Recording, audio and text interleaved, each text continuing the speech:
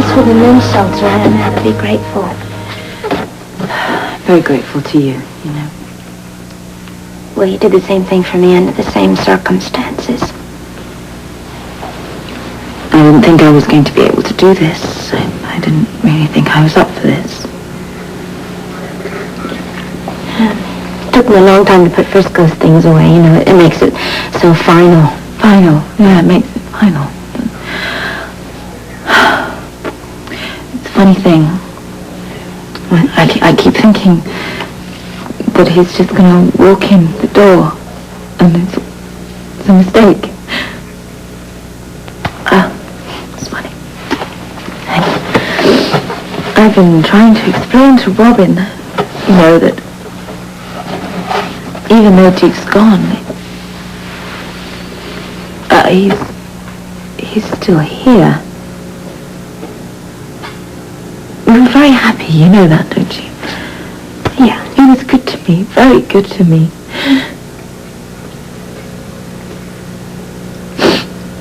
We brought that bed all the way back from Scotland. I hated it. It's too big for the room. I hated it.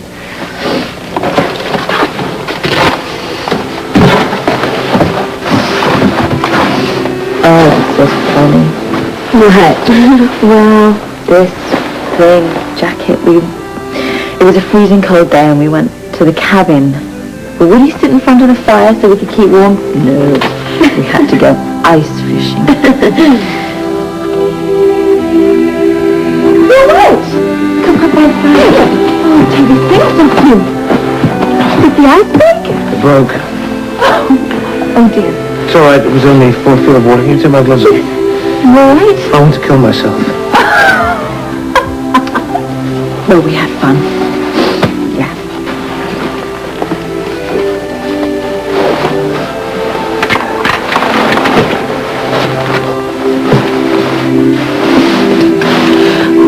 Our wedding day was nice, wasn't it? Oh, yeah. It was nice.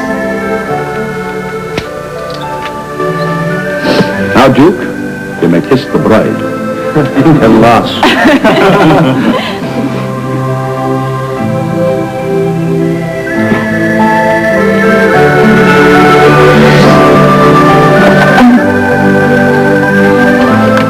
I don't think that I should give this away. I'm sorry, I didn't mean to upset you. You're right. I just hope Colton and I can share the same kind of happiness that you and Dick did. Oh, I hope you do.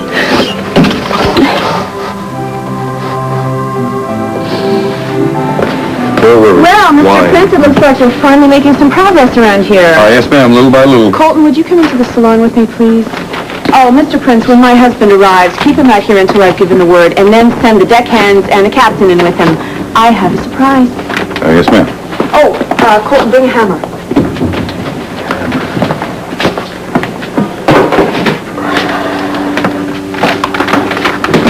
Close the door.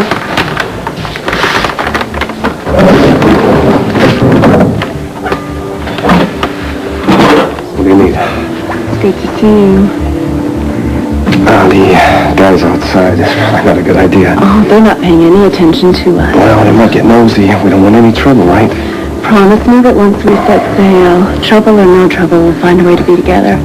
All the more reason to be careful now, okay? Look, what do you need help with? I brought my tools, whatever you want. Something that's going to make my husband very happy. Morning, gentlemen. Morning, Charlie. Please be careful with that box of champagne. It's a particularly fine year. Oh, yes, sir, Lord Ashens. Oh, by the way, I've got a few messages for you.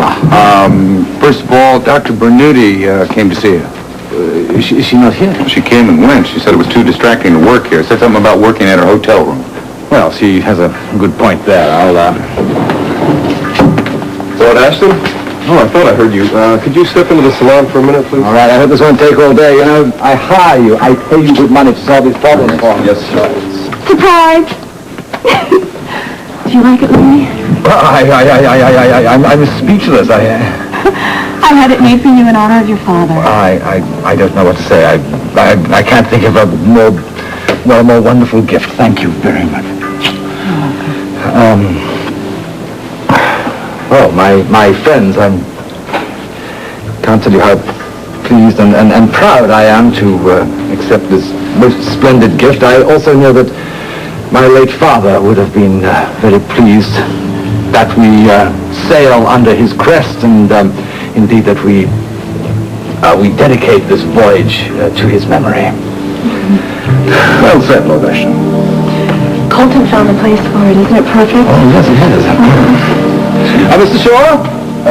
Yes, sir. My wife tells me that you're responsible for finding this spot to put the crest. You're welcome. Would you please move it up a couple of inches immediately, if you don't mind? Just a little low, I think. That's absolutely wonderful, Visions thereof when said minors are of age. Excuse me, Elroy. I understand that to mean that Jason and Alan Jr. have substantial trust funds. Is that correct? Absolutely. Of course, as you've heard, your mother's been amply provided for. And the servants. Jennings, Cook, and Clifford, I hope now that you realize how much Mr. Quatermain thought of you. He really considered you members of the family. I'm overwhelmed by his generosity. Yes, I never expected anything like this. Neither did I. It's more than generous. Well, you're entitled to every penny. Is there much more? Could we get on to the important parts? This is very wearing on Mother. I'm sure my sister means for us to get on to the last codicil. Very well. Again, in Edward's own words. I want you, my children, to know that I haven't taken this action in vain or without thought or purpose. I've modeled it after a man I've admired and tried to emulate throughout my life. His name was Vanderbilt. He, like I, believed that too much money spoiled children. He, like I, wanted only the best for his children. He, like I, decided the best could only come to them if they learned the true value and satisfaction of hard work, not merely the end result of it, money. Therefore, I am breaking with Quatermain tradition and... Wait a minute, that's not possible. And what? And what? To my firstborn son, Alan, I bequeath the sum of $1. Come on, Alan, take it easy.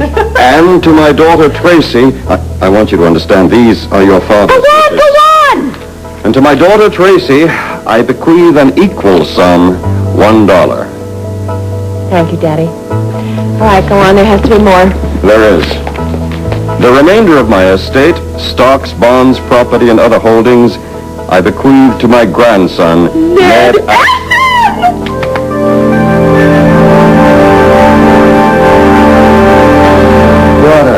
What a day, Yasmin. First of all, I have this ghastly run-in with my ex-wife, and then there's this ceremony down in the Aphrodite with my current wife. Hey, be careful. I'd be very jealous. Hey, there's nothing to be jealous of, I can absolutely assure you of that. She presented me with a painting of my family crest. I mean, it was a lovely gesture, and I did my best to show my appreciation, but the truth of the matter is, Ariel doesn't give a damn about my family or the crest. You're being too hard on her. Am I? Mm-hmm. I think you're the only one that seems to mean anything to it. At least you're the only one who understands what it means for a fellow to fulfill his life's dream. I'm very proud to be a part of it. Come, sit down.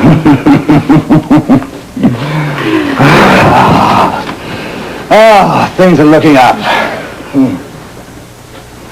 What now? There's something I feel that I haven't told you yet. Oh, Yasmin, you can tell me anything, you know that. But you cannot do the same thing for me. What do you mean? We've worked so long and so hard and so close together. And now you shut me out. No, I haven't.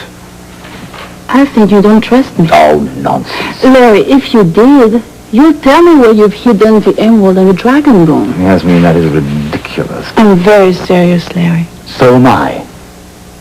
And I do trust you, please believe me. And at the right time, I'll tell you everything. You just got to accept that they're very, very well hidden, where nobody will find them, and yet I can put my hands on them anytime I need. What else is bothering you? I know there's something. I suppose it's something to do with seeing the family crest. Family, that's the thing. It's all all such a joke, you know. We both know that there's somebody out there who will stop at nothing to get their hands on the emeralds and the bone and prevent me from getting to that island and claiming what's mine.